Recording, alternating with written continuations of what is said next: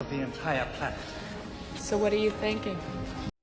Юурийн галын цэцэрлэг түрээлэн кинон дээр Эрдэмтэд ДНК-г нь дахиж үүсгэж улсын улаг уруулуудыг амьдлуулдгийг бид харж байсан. Мэдээж шинжлэх ухааны салбар маш хурцтай хөгжиж байгаа сүүлийн жилүүдэд хүн төрөлхтөн устдаж өгөө болсон амьтдыг дахиж амьдлуулах бүрэн боломжтой болж байгаа билээ.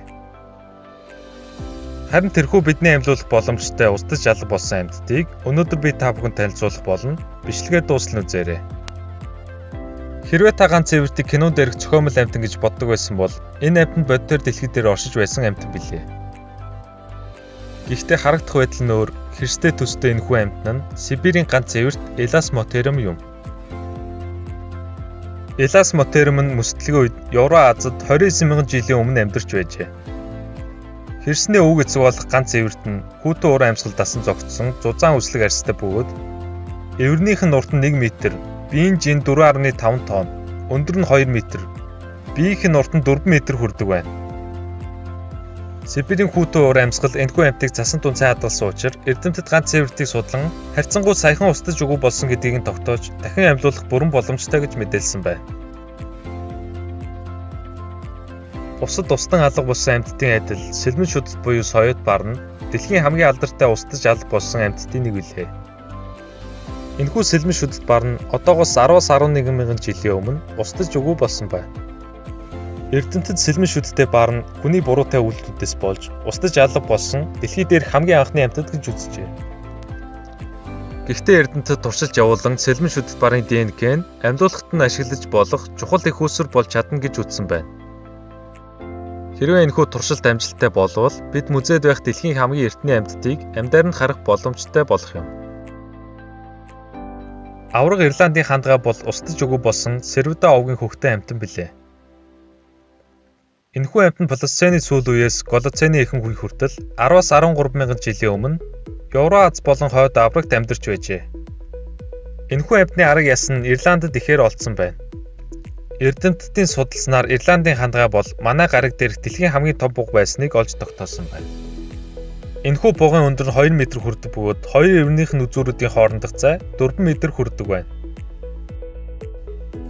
Эрдэмтэд одоогоор энэхүү амьтдыг буцааж амьдлуулахын тулд ойролцоо гентэй амьтдын ДНК дээр маш олон туршил судалгаа явуулж байгаа тухай мэдээлсэн байна. Додо бол энэтхэгт далайн Мауритийн аралд амьдарч байсан шувуу юм. Сүүн тэжээлтэн үлэг өрөөлүүдийн адил Додо шувуу нь дэлхийн хамгийн алдартай устдаж алга болсон амьтдын нэг билээ. Додо шувууны устдаж алга болсон хамгийн гол шалтгааныг хүн төрөлхтөн гэж хэлж болох юм. Хүмүүс Мауритийн аралд ирж суурьсан нь энэхүү шувуудын устдаж алга болох эрхлэлийг тавьсан гэж хэлж болох юм. Тухайн 17 дугаар зууны үед хүмүүс хоол хүнсний асуудлаас болж энэхүү шувуудыг маш ихээр нь хоол хүнсэндээ хэрэглэж, тоо толгойг цөөрүүлж, сүүлчийн Додо 1662 онд устдаж алга болсон байна. Гэхдээ тухайн амьтдыг буцаж амьдлуулахын тулд Эрдэмтэд Додо шувууны хамгийн ойрын төрөл болох Тахтаны эдисийг нь судлан Додо шувууг буцаж амьдлуулах гэж шаргуу ажиллаж байгааг гэнэ. Австралийн Тасманы арал нь мөлөг шүхтэй амьтан болох Тасманы чөтгөрүүдээрээ алдартай газар билээ. Харьцангуй саяхан Тасманид бас нэгэн сонирхолтой төрөл зүйлийн амьтан болох Тасманы чон амьдардаг байсныг судлаач долж илрүүлжээ. Энэхүү магчин амьтан одоогоос 2 сая жилийн өмнө үүссэн гэж Эрдэмтэд мэдээлсэн байна. Харамсалтай нь цаг ур хоолундын асуудлаас болж хамгийн сүүлчийн тэжээвэр Тасманы чон 1936 онд устдаа алга болсон байна. Хэдийгээр энэ амьтан устдаа алга болсон ч Эрдэмтэд буцаан бүрэн амьдлуулах боломжтой гэж мэдээлжээ. 1999 онд Австралийн үндэсний музей болон Сиднейд хадгалагдж байгаа сүүлчийн чонны ДНК-г ашиглахаар төслийг 2002 оны сүүлчээр эхлүүлсэн боловч хадгалсан дээжүүд нь хэтэрхий хэмжсэн тул ашиглах боломжгүй болсон байна.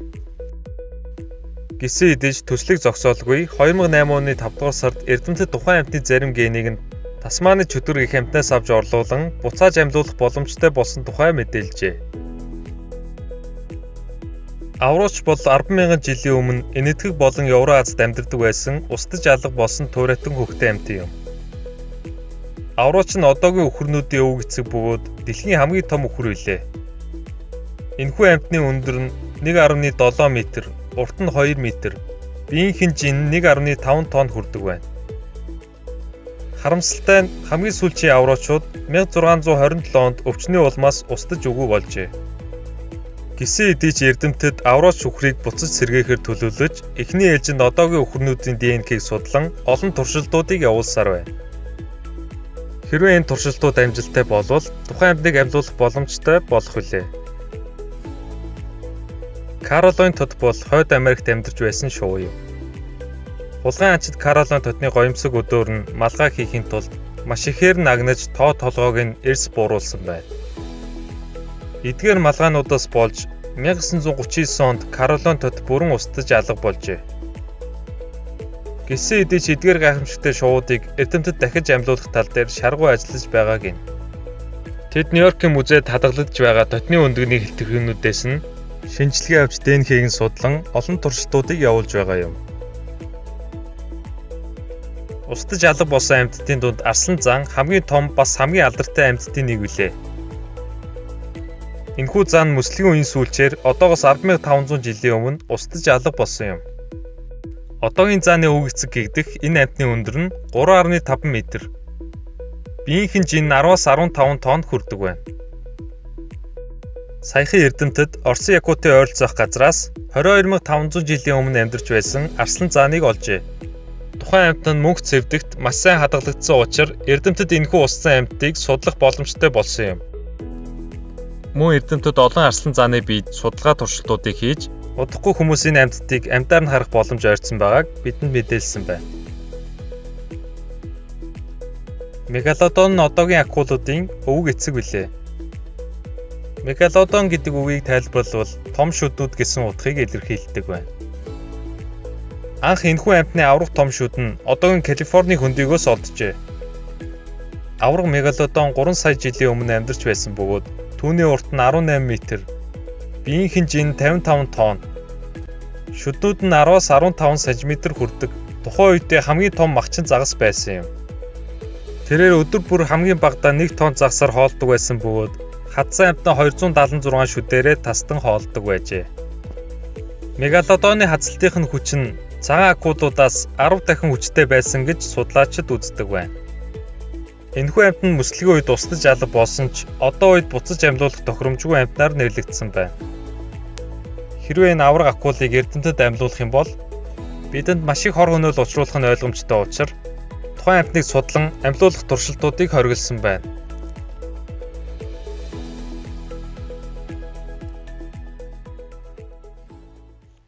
Хэрвээ танд энэхүү бичлэг таалагдсан бол лайк дарж сэтгэлдээ үлдээгээрэй.